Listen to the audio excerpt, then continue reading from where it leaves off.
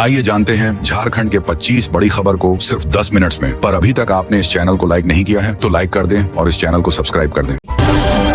हजारीबाग में जिला प्रशासन और खाद्य सुरक्षा विभाग ने कार्रवाई करते हुए 2 बसों से 4000 किलो नकली पनीर बरामद किया है। यह पनीर पटना से रांची आ रही बदोनी और तिवारी ट्रेवल्स की बसों में लाया जा रहा था। बख्तियारपुर और मनेर से यह पनीर लोड किया गया था। इसकी कीमत करीब 6 से 7 लाख रुपए है। पनीर को रांची और हजारीबाग में खपाने की योजना थी। कोडरमा के तिलैया थाना क्षेत्र की मिटको कॉलोनी में ऑनलाइन सट्टेबाजी का भंडाफोड़ हुआ है। रोजाना 12 से 15 लाख रुपए का सट्टा खेला जा रहा था। एसपी अनुदीप सिंह के निर्देश पर थाना प्रभारी विनय कुमार और टीम ने छापेमारी कर 9 लोगों को गिरफ्तार किया है। सूचना मिली थी कि एक मकान में सट्टा रैकेट चल रहा है। पटना एयरपोर्ट पर क्रिकेटर वैभव सूर्यवंशी ने प्रधानमंत्री मोदी के पैर छूकर आशीर्वाद लिया। इस दौरान वैभव के माता पिता भी साथ थे। दोनों के बीच करीब 10 मिनट तक बातचीत हुई। वैभव सबसे कम उम्र में आईपीएल खेलने वाले खिलाड़ी हैं। बंगाल की खाड़ी में बने निम्न दबाव के कारण झारखंड में शुक्रवार को रांची, गुमला, लातेहार समेत कई जिलों में गरज के साथ बारिश और तेज हवाएं चली। 2 जून तक बारिश और वज्रपात का अलर्ट जारी है। मौसम विभाग ने लोगों से सावधानी बरतने की अपील की है। रांची के कोकर ढेला टोली के रहने वाले आलोक रंजन झा ने बताया कि उनके घर का इन्वर्टर खराब हो गया था। उन्होंने कस्टमर केयर नंबर पर कॉल किया और 25 रुपए का पेमेंट किया। इसके बाद उनके खाते से 1,44,000 रुपए गायब हो गए। आलोक ने साइबर थाना में FIR दर्ज कराई है। सावधान रहें, फर्जी कस्टमर केयर नंबरों से बचें। स्वास्थ्य मंत्री डॉक्टर इरफान अंसारी ने केंद्र सरकार से राज्य के लिए एम्स और 5 नए मेडिकल कॉलेज की मांग की है। उन्होंने कहा कि झारखंड की आदिवासी आबादी और आर्थिक स्थिति को देखते हुए विशेष स्वास्थ्य पैकेज दिया जाए।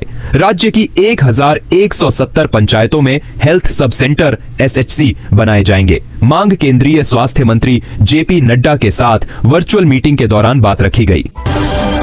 शिल्पी नेहा तिर्की ने कहा है कि राज्य के हर प्रखंड और पंचायत में मत्स्य पालन के लिए मॉडल तालाब बनाए जाएंगे। 75 मत्स्यजीवी सहयोग समितियों को 2-2 लाख रुपए का अनुदान दिया गया है। इससे मछुआरों की आय बढ़ेगी और स्थानीय रोजगार को बढ़ावा मिलेगा। रिम्स में सफाई का काम करने वाली एजेंसी ने प्रबंधन को पत्र लिखकर छुट्टी के दिन के काम का बकाया भुगतान मांगा है।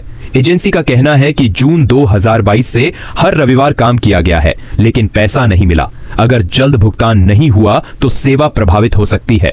इस मुद्दे को लेकर एजेंसी ने मुख्यमंत्री और स्वास्थ्य मंत्री को ज्ञापन भी सौंपा है। रांची के होटल रेडिसन ब्लू में आज वित्त आयोग की बैठक हो रही है। शहर की ट्रैफिक व्यवस्था में बदलाव किया गया है।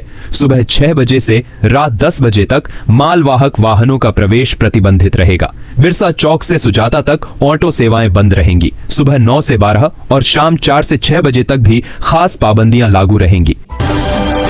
झामुमो नेता विनोद पांडेय ने पूर्व सीएम रघुवर दास को आड़े हाथों लिया। उन्होंने पूछा कि भाजपा सरकार ने अपने कार्यकाल में पेसा कानून क्यों नहीं बनाया। पांडेय ने कहा कि भाजपा आदिवासी समाज को गुमराह कर रही है और बांट रही है। झामुमो हमेशा आदिवासियों के अधिकारों के लिए लड़ता रहेगा। उन्होंने कहा कि हेमंत सोरेन सरकार पेसा नियमावली पर गंभीरता से काम कर रही है। रांची में कोरोना के अब तक 3 मरीजों की पुष्टि हो चुकी है। वहीं जमशेदपुर के कदमा इलाके के एक निजी अस्पताल में इलाज के दौरान 46 वर्षीय महिला संक्रमित पाई गई है। महिला का ब्लड सैंपल RT-PCR जांच के लिए भेजा गया है। इस बीच रांची में महाराष्ट्र से लौटे एक फिल्म निर्माता की रिपोर्ट निगेटिव आई है। स्वास्थ्य विभाग ने लोगों से अपील की है कि भीड़ में मास्क जरूर पहनें और सतर्क रहें। मुख्यमंत्री मन्या सम्मान योजना के तहत जनवरी से भुगतान से वंचित 20,000 लाभुकों का भुगतान जल्द होने वाला है। पहले कुल 77,000 लाभुकों का भुगतान रोक दिया गया था। सत्यापन के बाद 20,000 से ज्यादा लाभुकों का भुगतान फिर से चालू हो गया है। ये महिलाओं को एक साथ 10,000 रुपए मिलेंगे। भुगतान अगले 1-2 दिनों में होने की संभावना है। गोदरमाना में शुक्रवार को बड़े भव्य तरीके से उमा महेश्वरनाथ मंदिर की प्राण प्रतिष्ठा और रुद्राभिषेक हुआ। धार्मिक अनुष्ठान में देहरी ऑन सोन से आए पंडितों ने पूजा की। यजमान थे नारायण राम कश्यप और उनकी पत्नी मानमती देवी। अंतिम दिन भंडारे का आयोजन हुआ, जिसमें बड़ी संख्या में श्रद्धालु शामिल हुए। कार्यक्रम में पंचायत के मुखिया और कई स्थानीय लोग भी मौजूद थे। जमशेदपुर शहर का विस्तार होने वाला है, जिसमें 6 नए पंचायत क्षेत्र शामिल होंगे। इससे लगभग 3 लाख ग्रामीणों को नगर निगम की सुविधाएं मिलेंगी। नए इलाके मानगो, कपाली, जेएनएसई और जुगसलाई में शामिल किए जाएंगे। यह बदलाव शहर की विकास और बेहतर सेवा के लिए किया जा रहा है। झारखंड बोर्ड की 12वीं का रिजल्ट कल घोषित होगा। साइंस और कॉमर्स के छात्र इसे jackresults.com और आधिकारिक वेबसाइट पर देख सकेंगे। आर्ट्स का रिजल्ट थोड़ा बाद आएगा। डिजिलॉकर ने भी इसकी तारीख पहले ही सोशल मीडिया पर दी थी। जमशेदपुर का 14 साल का बच्चा जो डीएवी पब्लिक स्कूल में पढ़ता था, हार्ट अटैक से अचानक हो गई मृत्यु।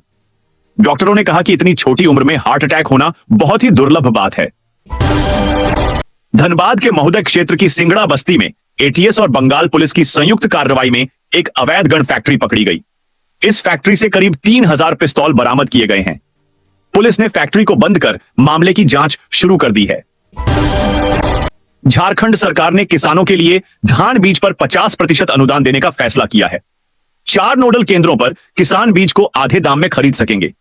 इस साल 18 लाख हेक्टेयर जमीन में धान की खेती का लक्ष्य रखा गया है, जो पिछले साल से 2 लाख हेक्टेयर ज्यादा है। यह योजना किसानों की आय बढ़ाने और खेती को बेहतर बनाने के लिए है।